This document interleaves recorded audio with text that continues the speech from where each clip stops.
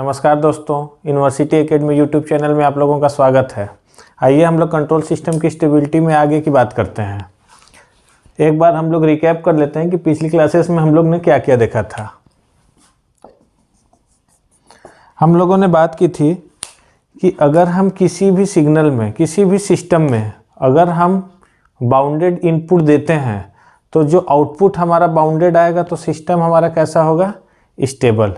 अगर हम bounded input देते हैं और आउटपुट हमारा अनबाउंडेड आया तो सिस्टम क्या हो जाएगा? अनस्टेबल।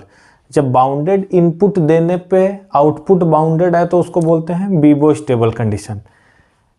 टाइम डोमेन एनालिसिस में जब टाइम डोमेन में हम बात करते हैं तो एक पर्टिकुलर सिस्टम में हम इनपुट अप्लाई करते हैं, उसके बाद हम आउटपुट को चेक करते हैं कि बाउंडेड है या अनबाउंडेड है। हम बाउंडेड इनपुट अप्लाई करके आउटपुट देखते हैं। अगर आउटपुट हमारा बाउंडेड हुआ तो बीबो स्टेबल हुआ, अगर अनबाउंडेड हुआ तो अनस्टेबल हुआ। ठीक है, लेकिन कंट्रोल सिस्टम में क्या करते हैं, ये चीज़ें हम टाइम डोमेन के जनरली सिग्नल एंड सिस्टम में करते हैं। कंट्रोल सिस्टम में क्या करते हैं कि जब टाइम डोमेन सिग्नल्स को हम लैप्लास डोमेन में कन्वर्ट करते हैं।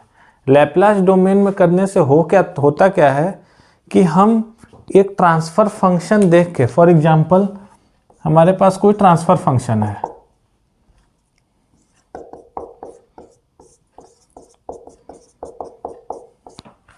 तो इस पर्टिकुलर ट्रांसफ़र फंक्शन को देख करके हम ये बता सकते हैं कि ये सिस्टम हमारा स्टेबल है या अनस्टेबल है। हमको पर्टिकुलर इनपुट अप्लाई करके आउटपुट निकाल के चेक करने की ज़रूरत नहीं है। ठीक है, अब हम ट्रांसफ़र फंक्शन देख करके, ओपन लूप ट्रांसफ़र फंक्शन हो या क्लोज लूप ट्रांसफ़र फंक्शन हो, दोनों के बारे में बात करेंगे। हम ट्रांसफ़र फंक्शन देख करके कैसे बता सकते हैं कि हमारा सिस्टम स्टेबल है या अनस्टेबल है। आइए ये चार्ट देखते हैं। क्या है?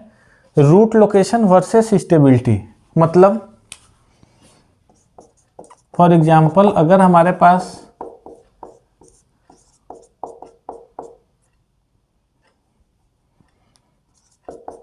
ये ट्रांसफर फंक्शन है, ठीक है,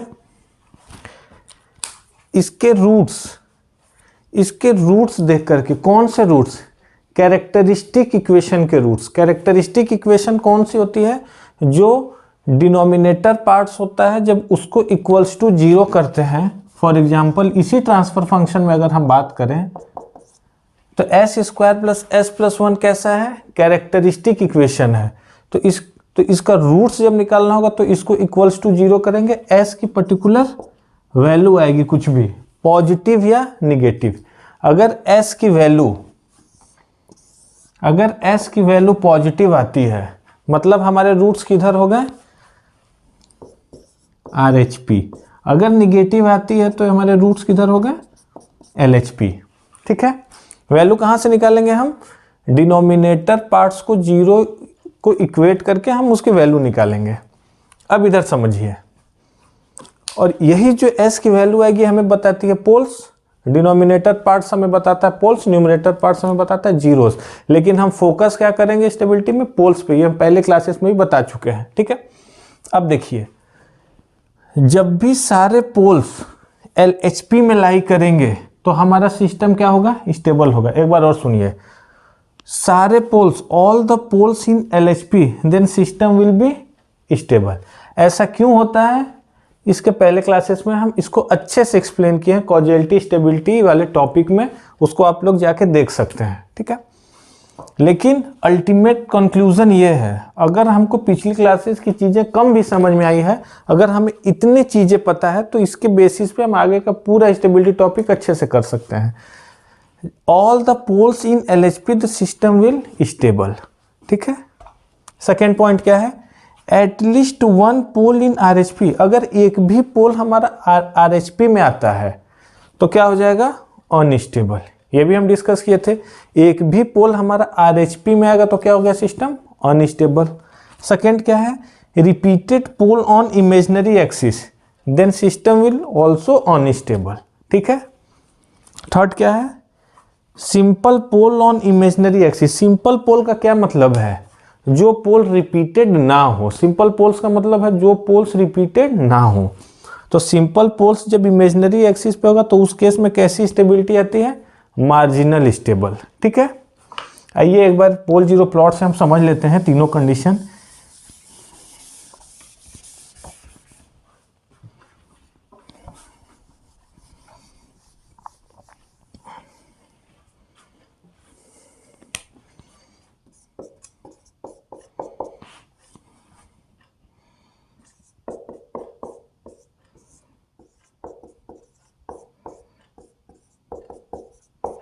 अगर हमारे पास ये ट्रांसफ़र फंक्शन है, ध्यान से समझिए, ये हमारे पास ट्रांसफ़र फंक्शन है।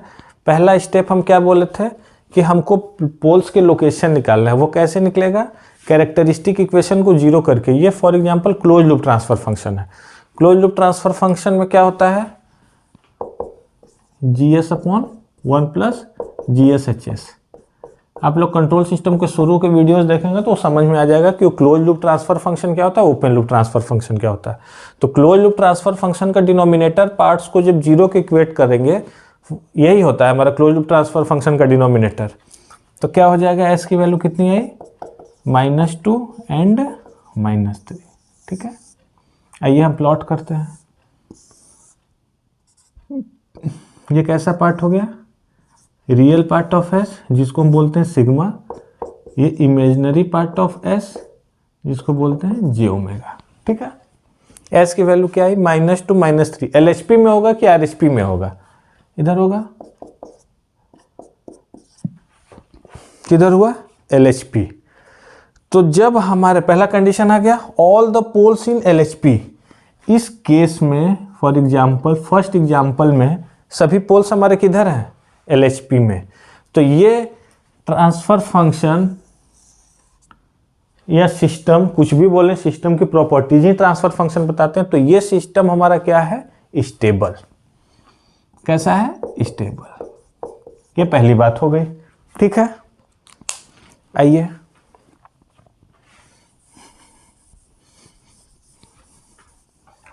नेक्स्ट चीज देखते हैं।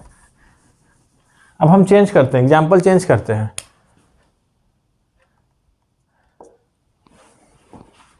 प्लॉट करते हैं, पोल जीरो प्लॉट करेंगे।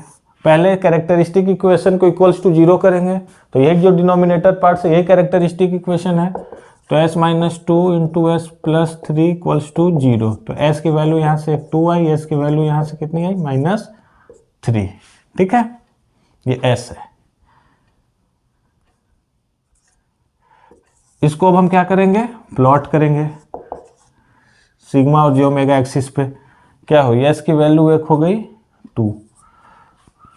पोल्स को हम प्लॉट करने के लिए क्रॉस साइन से डिनोट करते हैं। ठीक है, और क्या है? -3। सेकेंड केस पे आइए, at least 1 pole in RHP। देखिए इसमें एक पोल LHP पे भी है, एक पोल RHP पे भी है। लेकिन अगर एक भी पोल RHP में चला गया, भले कितने भी पोल LHP में रहे, उससे मतलब नहीं है। अगर एक भी पोल RHP में चला गया तो हमारा सिस्टम हो जाएगा अनस्टेबल। हमें ये मतलब नहीं है कि एक भी पोल LHP में आ गया तो हमारा सिस्टम स्टेबल हो जाएगा, नहीं। एक भी पोल अगर RHP में चला गया तो सिस्टम हमारा क्या हो जाएगा? अनस्टेबल। ठीक है, तो ये सेकेंड केस हो गया। आइए इसी में अनस्टेबल होने के लिए दो कंडीशन होती है। पहली कंडीशन समझा दी है कि एक भी पोल अगर RHP में चला गया तो सिस्टम हमारा कैसा हो गया? अनस्टेबल। दूसरा क्या कंडीशन है? इसी में दो पार्ट है, repeated pole on imaginary axis. अगर इमेजिनरी एक्सिस पे कोई पोल रिपीटेड हो गया तो भी हमारा सिस्टम कैसा हो जाएगा? अनस्टेबल। ये कैसा पॉइंट है इसको समझते हैं एग्जाम्पल से। हमारे पास ट्रांसफर फंक्शन है 1/s², इसके पोल जीरो प्लॉट बोलते हैं। तो क्या है? s की वैल्यू 0 है, ओरिजिन पे कितने हैं? s² का मतलब कितने हो गए? दो पोल्स हो गए, मतलब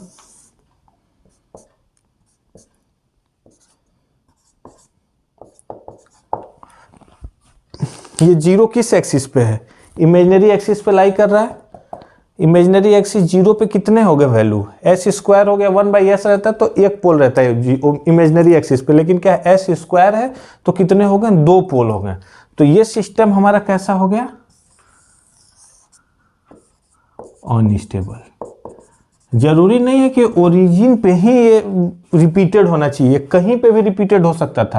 वो ट्रांसफर फंक्शन पे डिपेंड करता है कि ट्रांसफर फंक्शन क्या है, वो कहीं पे भी हो सकता है, वो यहाँ पे भी रिपीटेड हो सकता है, यहाँ पे भी रिपीटेड हो सकता है, बट रिपीटेड होना चाहिए। अगर इमेजिनरी एक्सिस पे पोल्स हमारे रिपीटेड होंगे तो हमारा सिस्टम क्या होगा, अनस्टेबल। अनस्टेबिलिटी के लिए 2 कंडीशन है। पहली कंडीशन, एक भी अगर आरएचपी में गया तो अनस्टेबल हो जाएगा, या पोल्स हमारे रिपीटेड हो जाएंगे जे ओमेगा एक्सिस इमेजिनरी एक्सिस पे तो भी हमारा क्या हो जाएगा, अनस्टेबल। ठीक है, थर्ड कंडीशन देख लेते हैं, मार्जिनली स्टेबल। 3 ही तरीके की स्टेबिलिटी हम पढ़ते हैं, ये हम मार्जिनली स्टेबल देख लेते हैं क्या है। मार्जिनली स्टेबल में ये है कि अगर कोई भी ट्रांसफर फंक्शन हमारा है, फॉर एग्जांपल, ठीक है, ट्रांसफर फंक्शन है 1/s² + 1, यहां से कैरेक्टरिस्टिक इक्वेशन क्या हो गई, s² + 1। इस कैरेक्टरिस्टिक इक्वेशन को 0 के इक्वेट करेंगे तो s की वैल्यू कितनी हो गई, +-j हो गई, कितनी हो गई, +-j। इसको अब हम पोल 0 प्लॉट पे ड्रॉ करेंगे,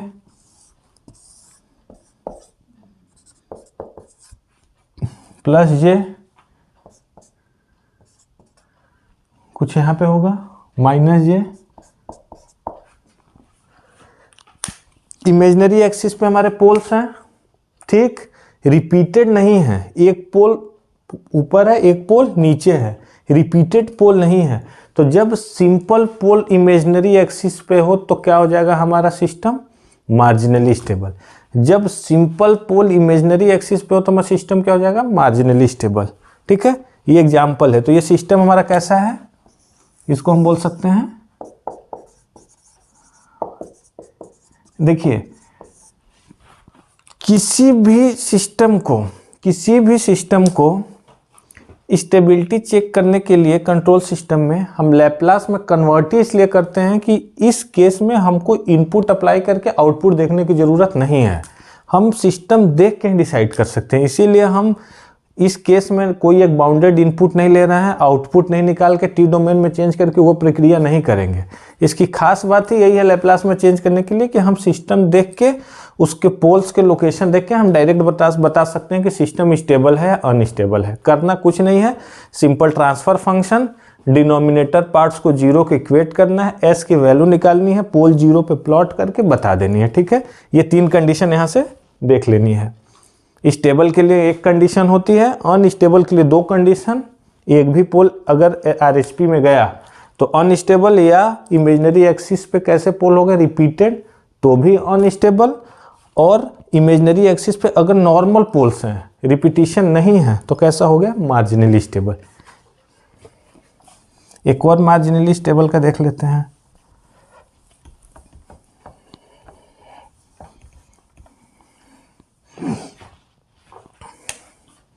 आप लोग ये खुद से बता देंगे। HS क्या है, 1/s, characteristic equation denominator part, तो यहाँ से s की वैल्यू कितनी है, 0। अगर हम इसको प्लॉट करते हैं, यही होगा।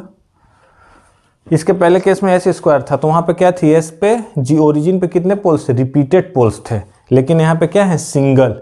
तो कैसा है, ये सिस्टम हो जाएगा मार्जिनली स्टेबल, नॉट अनस्टेबल। ये क्या है, मार्जिनली स्टेबल, क्योंकि इमेजिनरी एक्सिस पे नॉर्मल पोल है, इमेजिनरी एक्सिस पे सिंपल पोल है, रिपीटेड नहीं है, तो इसको हम बोल दिए मार्जिनली स्टेबल। ठीक है, अभी तक सारी चीज आप समझ गए होंगे। स्टेबिलिटी की कंडीशन क्या है, कॉजेलिटी से लेके टाइम डोमेन में कैसा होता है, लैप्लास में क्या होता है, सब चीज का कंक्लूजन ये है। ये चार्ट हमें पता होना चाहिए, इसके बाद कैसे क्या करना है अभी हम डिस्कस करें क्लास में, ये पता होनी चाहिए। स्टेबल होने के लिए हमारे पोल्स के लोकेशन क्या होगा, अनस्टेबल होने के लिए क्या होगा, मार्जिनली स्टेबल होने के लिए क्या होगा। ठीक है, अब इसी में केसेस बढ़ते चले जाएंगे, डिफ़िकल्टी लेवल बढ़ती चली जाएगी, हम चेक करते चले जाएंगे, लेकिन ये पता होने चाहिए, इसी के बेसिस पे सारी चीज़ें करेंगे। आइए,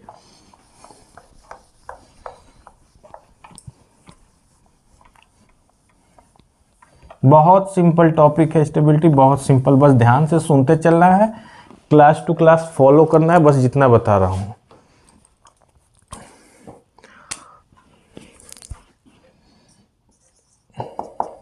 क्वेश्चन देना है, आप लोग अपने समझिए।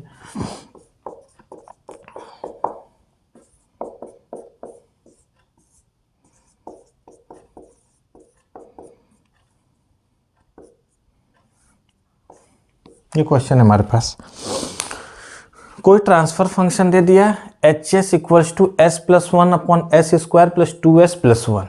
ठीक है, क्वेश्चन में हमें बोल दिया simple comment on stability, comment on stability, stability पे कमेंट करना है। ये ट्रांसफर फंक्शन स्टेबल है या अनस्टेबल, तो क्या बताएं हम, ट्रांसफर फंक्शन आ जाए हमारे पास तो कैरेक्टरिस्टिक इक्वेशन, मतलब जो डिनोमिनेटर पार्ट्स है उसको जीरो के इक्वेट करेंगे, एस की वैल्यू लेंगे, प्लॉट करेंगे, बता देंगे। ठीक है, सिंपल कर लेते हैं। अभी मैं थोड़ा रफली कर रहा हूँ, अगर आप लोगों को डिटेल्ड क्वेश्चन, जितनी भी चीज़ें बोल रहे हैं, स्टेप क्या क्या है, ये सारी चीज़ें सब हैंड रिटन नोट्स के फॉर्म में प्रेजेंट है, आप लोगों को डिस्क्रिप्शन में बॉक्स में जाके आप लोग वहाँ से एक्सेस कर सकते हैं। ठीक है, अभी यहाँ बस समझिए ध्यान से, नोट्स का चिंता मत करिए, वो सारा अवेलेबल हो जाएगा।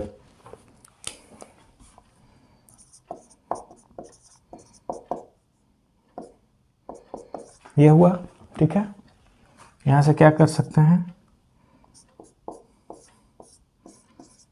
होगा ए प्लस बी का whole square, A square plus B square plus two A B. ठीक है, यहाँ से एस की वैल्यू कितनी आई, -1। क्या आया, एस की वैल्यू -1। इसको हम क्या कहाँ प्लॉट करते हैं, कहाँ प्लॉट करेंगे, एस प्लेन पे, मतलब सिग्मा और जी ओमेगा एक्सिस। क्या है plotting, s equals to -1 repeated. देखिए LHP में रिपीटेड पोल हो सकता है, इसके लिए हमने कोई कंडीशन नहीं बताई है। LHP में पोल हमारे रिपीटेड हो सकते हैं, उससे स्टेबिलिटी पे कोई असर नहीं पड़ेगा। LHP में हमारा पोल आ गया, RHP में अगर एक भी नहीं है तो हमारा सिस्टम क्या हो गया, स्टेबल हो गया। तो यहाँ से हम सिंपल ये बता दिए कि हमारा सिस्टम कैसा है, स्टेबल है।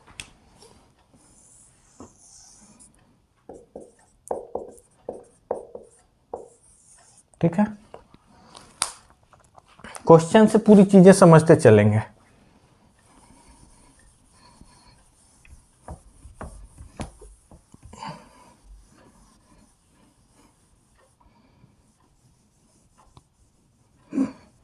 अगर हम इसी क्वेश्चन को थोड़ा और एक्सटेंड करते चलते हैं, आप लोग बोलेंगे इसमें करना ही क्या है, ये तो बहुत सिंपल है, इसको हम डायरेक्ट यहाँ से पोल्स देख के बता दें, कर लें। चलो तो बताइए, S cube,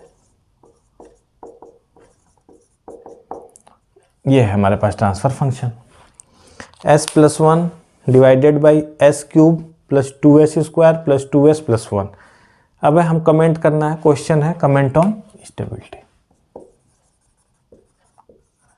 comment on stability. क्या करेंगे, डिनोमिनेटर पार्ट्स को जीरो के इक्वेट करेंगे, एस की वैल्यू निकालेंगे, पोल जीरो प्लॉट करेंगे, वहां से कैलकुलेट करेंगे। इसमें क्या है, क्यूबिक इक्वेशन है। क्यूबिक इक्वेशन में कैसे करते थे, क्यूबिक इक्वेशन याद करिए, hit and trial method, remainder theorem से, हीट एंड ट्रायल मेथड से कोई एक वैल्यूज पे हम रूट्स निकालते थे, बाकी हम क्वोशिएंट लिखते थे, वैसे नहीं करते थे। ठीक है, तो यहाँ से भी हम आ सकते हैं, लेकिन अब ध्यान से समझिए, अगर यही क्वेश्चन हमें कोई ऐसे दे दिया, हमें बोला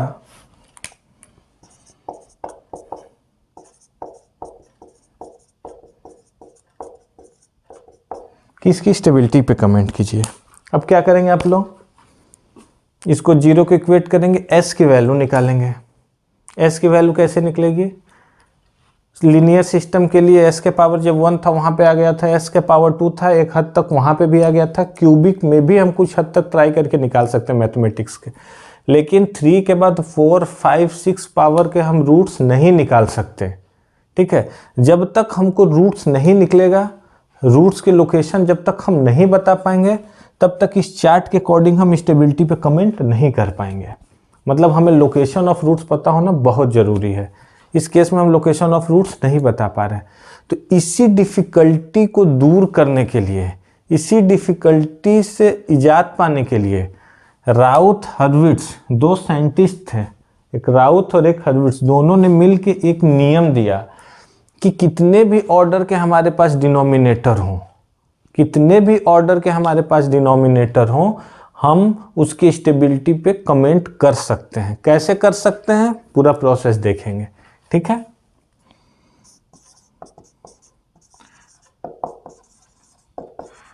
राउथ्स हर्विट्ज क्राइटेरिया, इसको हम बोलते हैं राउथ्स हर्विट्ज क्राइटेरिया।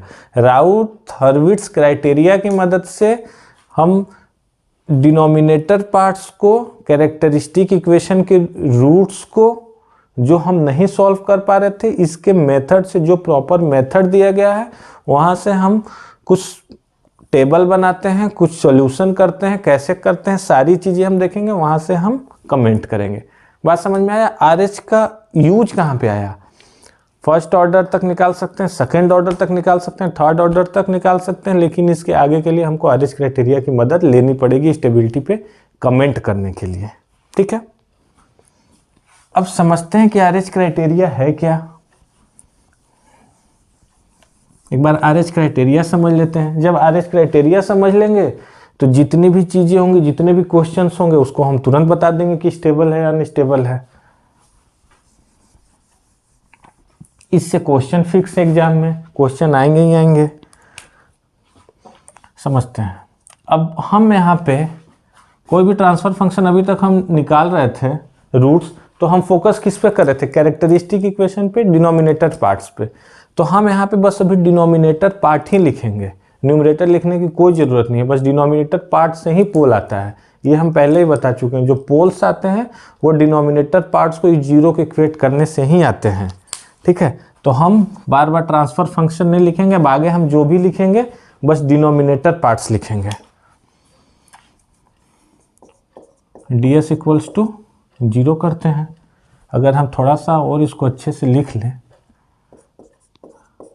तो ट्रांसफर फंक्शन क्या होता है? Numerator by denominator. ठीक है, पहला स्टेप ये होता है, ds को 0 की इक्वेट करते हैं। अब हम क्या बोले हैं, हम बस डिनोमिनेटर पार्ट ही लिखेंगे। तो डिनोमिनेटर पार्ट, फॉर एग्जांपल एक हम जनरल टर्म लिखते हैं, 3 तक हम निकाल सकते हैं, इसलिए 4 का हम एक जनरल टर्म लिख रहे हैं। a4s के power 4, a3s cube, a2s square, a1s, ये हमारे पास डिनोमिनेटर आ गया, जिसके कि हम रूट्स नहीं निकाल सकते। तो हम इसको हम कैसे आरएच क्राइटेरिया की मदद से सॉल्व करते हैं। डिनोमिनेटर आ गया, यहाँ से हम बनाते हैं आरएच एरे। आरएच एरे क्या है? आरएच क्राइटेरिया के अंदर आरएच एक एरे बनाते हैं, एक टेबल बनाते हैं जिसका नाम है आरएच एरे, राउथ हर्विट्ज एरे। ठीक है, कैसे बनता है वो? जितने भी पावर हैं 4, 3, 2, 1, 0, ए नॉट के साथ कुछ भी नहीं है तो इसके पावर क्या है? 0। हम कॉलम वाइज लिखते हैं ऐसे, इसके पावर 4, 3, 2, 1, 0, पहला स्टेप। ठीक, अब s के पावर 4 के साथ जो भी कोफिशिएंट है उसको लिखेंगे a के पावर 4। फिर क्या करेंगे, s के पावर 4 के बाद नेक्स्ट जो इवन पावर है उसके कोफिशिएंट लिखेंगे। तो नेक्स्ट इवन पावर क्या है? s के पावर 2, तो इसी के बगल में इसका कोफिशिएंट लिख दिए हैं a2। इसके नेक्स्ट इवन पावर के कोफिशिएंट लिखेंगे। नेक्स्ट इवन पावर क्या है? s के पावर 0, तो उसका कोफिशिएंट क्या हो गया? a0। इतनी बात समझ में आई? 2 रो लिखते हैं हम आरएच क्राइटेरिया में, हम 2 रो लिखते हैं, फिर तीसरा, चौथा, 5वां रो सॉल्व करते हैं। सेकेंड रो क्या होगा, s के पावर 3 है तो s के पावर 3 का coefficient A3। Next odd power क्या है, s के पावर 1 A1। नेक्स्ट कुछ है नहीं, 0। दो रो हम लिखेंगे, दो रो के बाद थर्ड रो कैसे आएगा, नॉर्मल। डिटर्मिनेंट निकालने के लिए हम जैसे मल्टीप्लाई करते थे उसका opposite, A3 into A2 minus A4 into A1 upon में A3। तो H2 के बाद वाला जो पहला टर्म होगा क्या होगा, A4 A1 सॉरी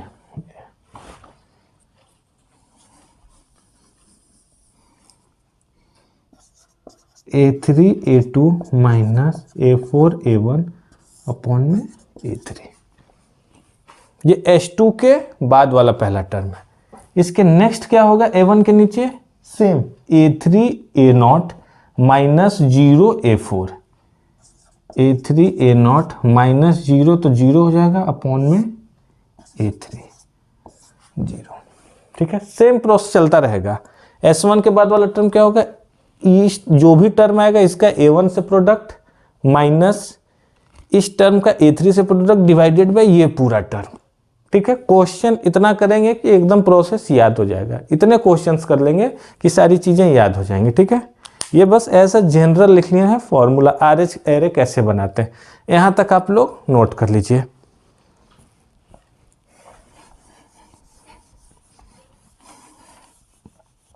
आप लोग नहीं भी नोट करेंगे इसको समझते चलिए, नोट्स अवेलेबल है, आप वहां से डायरेक्ट ये चीज कर सकते हैं। समझना ज़्यादा जरूरी है।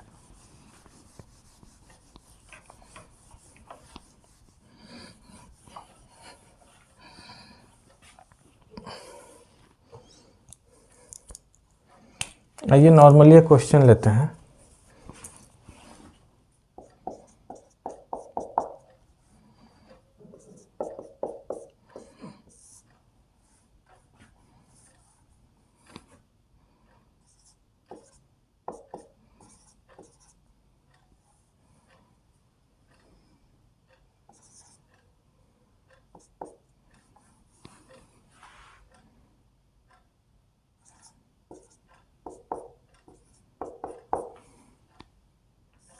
ठीक है, क्या है, HS equals to s plus one, एक क्वेश्चन ले लेते हैं इसको। HS equals to s plus one divided by 2s के power 4 plus s cube plus s square plus s plus one. Power कितने हैं इसके, 4 है। पावर 4 है तो हमें पहला काम क्या है, RH एरे बनाना है। 4 3 2 1 0। एक चीज और यहां समझ लेते हैं हम सीधे सीधे। अगर फॉर एग्जाम्पल हमको क्वेश्चन दिया और ये टर्म मिसिंग है, क्या करेंगे उस केस में, एरे में वो टर्म लिखेंगे लेकिन उसका कोफिशिएंट क्या हो जाएगा, 0 हो जाएगा। ये बात समझ में आया, क्वेश्चन से समझ लेंगे अभी। ठीक है, क्या है, s के पावर 4 का कोफिशिएंट 2, इसका नेक्स्ट इवन पावर क्या है, s स्क्वायर, तो क्या हो गया 1। इसका नेक्स्ट इवन क्या है, एस स्क्वायर कोफिशिएंट 1, एस के पावर 0, उसका कोफिशिएंट क्या है 1। क्या बोले थे, 2 रो लिखना है, उसके बाद थर्ड फोर्थ जितने भी रो हैं वो हम खुद कैलकुलेट करेंगे। 1, ठीक।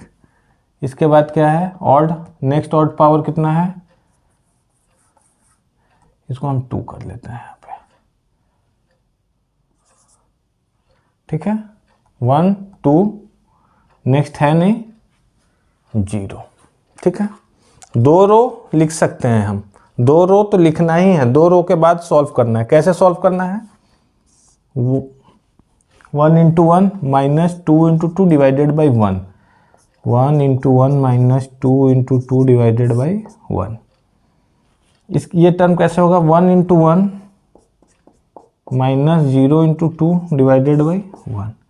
नेक्स्ट कुछ नहीं है तो 0। ठीक है, इसको लिख सकते हैं 1 माइनस 4 बाई 1, तो कितना हुआ इसको जब आप करेंगे तो सिंपल लिख देते हैं -3। ये कितना हो गया 1 × 1 1 -0/1 1। ठीक, यहां तक समझ आया एकदम। इसका next row same process, -3 × 2 -6 -1 divided by -3। ठीक है, सेम प्रोसेस 0 0 -3 0 0। ये कितना हो गया -7/-3, तो कितना हो गया 7/3। Minus minus cancel. इसके लिए भी सेम प्रोसेस, तो क्या हो जाएगा 7/3 × 1 -3 × 0 0 डिवाइडेड बाई 7/3। तो क्या हो जाएगा 0 0 7/3 कैंसिल, तो क्या हो गया सिंपल 1। बाकी सब ये हमने बता दिया राउथ एरे टेबल को फॉर्म करना। ठीक है, इसके नेक्स्ट क्लास में अब हम पढ़ेंगे कि इसके बाद हम इस टेबल से क्या कंक्लूजन निकालते हैं। अभी तक तो ये समझ गए कि हाइयर ऑर्डर 3 से हाइयर ऑर्डर होगा तो उसके लिए क्या करेंगे, आरएस टेबल कैसे बनाएंगे, इसका कैलकुलेशन करेंगे। अब इसके नेक्स्ट क्लास में हम आरएस क्राइटेरिया को और डिटेल में पढ़ेंगे और ये देखेंगे कि स्टेबल बनाने के बाद हम स्टेबिलिटी पे कैसे कंक्लूजन निकालते हैं कि स्टेबल है कि अनस्टेबल है। और आरएस क्राइटेरिया के अलग अलग स्पेशल केसेस हैं 2 3 4, उसको भी डिस्कस करेंगे सारी चीज़ें। अब इसके नेक्स्ट क्लास में मिलते हैं। Okay, thank you.